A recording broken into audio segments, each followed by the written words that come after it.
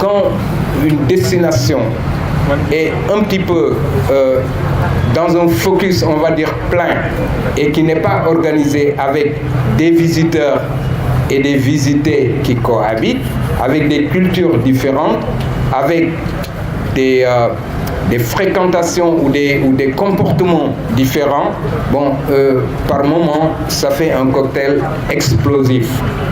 Et ce cocktail-là, c'est qu'il faut éviter qu'il s'explose. Donc, il faut le diluer. Le diluer, il y a des méthodes, il y a des formats, parce que nous ici, dans la région de Thiès, nous avons des potentialités. Alors, les potentialités se trouvent à Aloukagne, qui est un espace fabuleux pour une certaine forme de tourisme. Nous avons aussi la vallée de Diobas, ici à côté. Et ensuite, nous avons la Grande Côte, qui est pratiquement vierge. Donc, je pense que Thiès est bien positionné pour pouvoir réintégrer ce tourisme-là et le faire redémarrer. Bon, ensuite, Thiès a un potentiel très important aujourd'hui qui fait l'honneur que nous organisons avec l'équipe ici. Cette première édition, c'est la naissance de l'aéroport de Diass. Vous savez, l'aéroport de Diass va être un des premiers de l'Afrique de l'Ouest. Et Thiès va se trouver en voiture seulement à 10 minutes. De Fayou à l'aéroport, à l'autoroute Ila Touba, on aura 10 minutes à faire, même pas. Bon, donc je crois que Thiès quand même est mieux placé que quiconque pour le développement qui accompagne l'aéroport de Diass. Je ne vais pas être trop chauvin en restant toujours dans ma région. On va parler de la destination globale du Sénégal, qui n'est pas trop mal. Le seul problème aujourd'hui, c'est un manque de visibilité et d'accessibilité. Ce sont deux caractères. Si nous ne les développerons pas, nous aurons du mal à prendre un envol de notre secteur. L'accessibilité, c'est, par exemple, vous voulez aller à Toubacouta, vous faites une semaine à Saly, c'est impossible parce que vous n'avez pas programmé de dormir dans une autre destination qui est Toubacouta. Quand on parle de la destination Sénégal, Saly en est une, Toubacouta en est une autre. Donc, le chauffeur qui quitte, le visiteur, qui quitte l'Europe, s'il va à Toubacouta, il va être handicapé et il aura un séjour plus ou moins bon et il ne reviendra pas. L'accessibilité, c'est l'aviation aussi, l'aérien qui est un peu excessif. Donc, il y a problème. Et la visibilité, maintenant, ce sont les entreprises. Les entreprises, regardez quand vous voulez, comment nous n'organisons pas de salon touristique dans notre pays touristique depuis 1970, on va dire. On n'a pas de salon du tourisme pour rendre visible nos infrastructures, la capacité de nos ressources, la capacité de nos personnes ressources, surtout en termes de jeunesse, et maintenant la compétence de nos artisans, la compétence de notre génération qui œuvre dans la culture sénégalaise. Parce que le tourisme sans l'artisanat, sans la culture, a un problème. Voilà un peu en gros ce que je veux dire. Donc moi, je remercie, avant de terminer, je remercie toute l'équipe qui a travaillé avec moi pendant 6 mois. Ils sont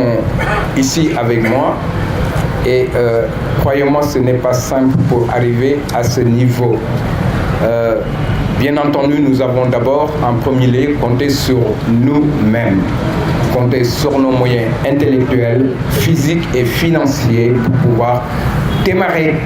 le premier salon sénégambien, le premier salon Mboka qu'on va institutionnaliser avec nos amis gambiens. Ils devraient tous être là. Pour des problèmes de contexte, ils n'ont pas pu venir. J'espère que vous pouvez le comprendre, tout cela. Et bien, ma foi, je vous souhaite un très bon salon, on va dire une très bonne exhibition pour montrer un petit peu les quelques produits qui sont là. en espérant que l'année prochaine, Inch'Allah, on pourra remplir complètement la promenade des Thiessois. Je vous remercie. Surtout association sénégalo-gambien ñi nga xam ne ñoo toog fii ci Sénégal di gën a jokkali bokkoo gi di nekk diggante Gambia ak Sénégal di nuyu Doudou Niane Diop ki nga xam ne du tay ci jokkoo bi nga xam ne moom lañ commencé woon lu ëpp juróomi at biñ commencé Mboka ci Gambie dafa mel ni gémmiñ ak làmmiñ bëñ ak làmmiñ boo ci jël rek mënuñu leen a tàggale te toujours su ma wax affaire diggante Gambie ak Sénégal dama wax ne suñu wax unité africain fii la war a commencé ci ñaari réew yi nga xam ne ñëpp benn lañ li ñu xaajaale mooy colonialisme waaye yàlla baax na benn tey ñun ñi nga xam ne ñooy cosaani oo ñooy sax yi Sénégalo-Gambien ñu ngi dox ci tànk yooyu gis ne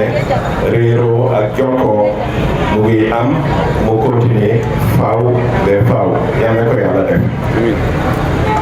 di kontaan ci bés bi parce que fu ñu waxatee jokkoo Mboka ya tourisme Mboka na ci te salon bu mel ni bii dina gën a dëgëral diggante réew yi surtout ñi nga xam ne ñu ngi yëngu ci tourisme ñu ngi jégalu ci li nga xam ne moo xew parce que suñ gars yu bari bëggoon nañoo ñëw waaye mënuñoo ñëw parce que élection dafa jublu ci Gambie so ñu bari fi mu nekk nii ñu ngi ci campagne bi so moo tax ñu ngi ñëw waaye ñoom ñëpp yónnee nañ seen bataaxel di kontaan ci bés bi di ñaan li nga xam ne moom lañ commencé woon moo gën a sax te continuer li ma cee wax rek mooy ne ñun ñi nga xam ne ñun ñooy xale yi ñooy yuut si ñu gën a sax ci jokkoo bi ak collaboration bi mi nga xam ne moom lañ commencé mu continuer ñu ngi ñaanal Doudou Niane Diop ak association yi nga xam ne ñooy yëngoo ci tourisme ñu gën a taxaw de gis ne suñ collaboration ci tourisme dina gën a yokku parce que tourisme mu ngi jëriñ ñu bari ci suñ ñaari dëkk yi te collaboration li ñuy wax cross border trade dina gis ci jokkoo dina gis ci ngajmaay ci peuple sénégalais ñu ngi leen a gërëm di leen sant di kontaan ci li ngeen ñu invité ñu ñëw fekkee si waaye su ma nee fekkee si sax dafa mel ni dama xaajaale dëkk yi waaye ñun ñëpp ci lañ bokka fii lañ bokka yéen itam Gambie ngeen bokka ñu ngi leen a gërëm di leen sant di leen ñaanal yàlla allahumma salli ala sayyidina lancé di ibbi officiellement salon bi nga xamante ne mooy salon sénégambien tourisme ak artisanat mu tuddee Mboka Sénégal fii bu ñuy wax dañ naan mbokk mi mais Mboka suñu mbokku gambien yi ñoo koy wax nga xamante ne seq nañ lu ne ci langue ci wàllu culture ci wàllu espace géographique daanaka Sénégal ak Gambie benn lañ ci aada benn lañ ci lépp nuñ ko nu ñuy dundee ci fii ci dëkk bi nga xamante ne mooy Thiès muy dëkkub cosaan muy dëkk bi nga xamante ne ci wàllu gox bi nga xamante ne infrastructure touristique yi maanaam hôtel station balnéaire Saly AIBD di aéroport international Blaise Diagne ak bëri na ay gox yoo xamante ne tourisme la Mbodiène Pointe Sarène yëpp fii na nekk ci Thiès donc tànn buñ tànn Thiès di fi def salon Mboka nekk na tànn bu ànd ak xereñ ak tànn boo xamante ne xam nañ ki ko def ki ko organisé muy suñu frère Doudou Niagne Diop bi nga xamante ne addunaam daanaka yépp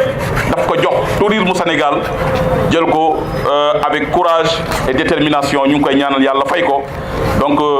monsieur le maire ñu ngi lay gërëm bu baax a baax ci li nga nangu organisation bi di Mbokka salon bi ñu defee ko fii Thiès Mbokka nag